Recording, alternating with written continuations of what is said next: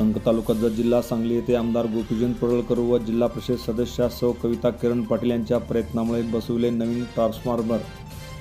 संघ तालुका जत जिल्हा सांगली येथे गणपती मंदिर परिसर व सबई वस्ती येथे नवीन विद्युत ट्रान्सफॉर्मरचे उद्घाटन आमदार गोपीचंद पडळकर आणि जिल्हा परिषद सदस्या सौ कविता पाटील यांच्या प्रयत्नातून जत तालुक्यातील संघ येथील गणपती मंदिर परिसर या ठिकाणी बसवण्यात आलेल्या ट्रान्सफॉर्मरचे उद्घाटन उत्साहात पार पडले।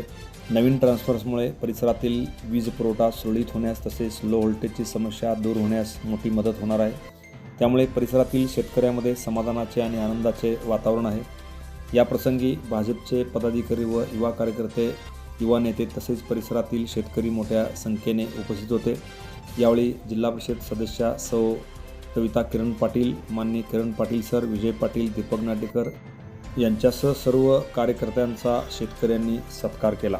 Press the bell icon on the YouTube app and never miss another update.